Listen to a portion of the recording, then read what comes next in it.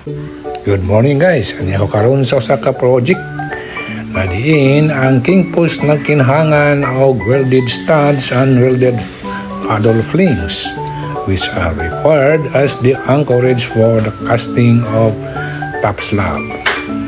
So after the welding of studs and paddle flanges, inspection will be done to how many is the thickness required and how many studs to be welded, and how thick is the flange, how big is the flange, how wide is it, and how many is the welded portion.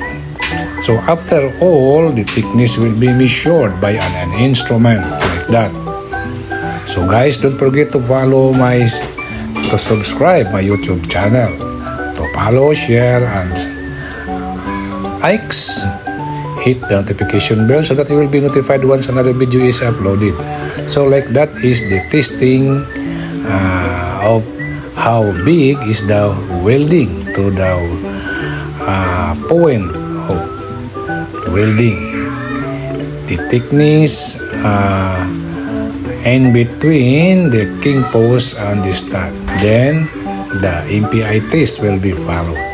Those who are sprayed with white paint is subject for the MPI testing on how the quality of the welding was conducted. If it is proven that the welding is not good, it will be welded again. But the result, all of that, shown that the welding was good through the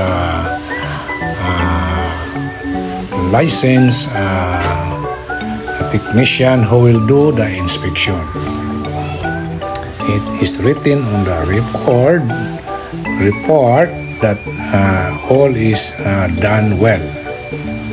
So prior to casting. So bye. See you next time. Have a nice day. It is like that.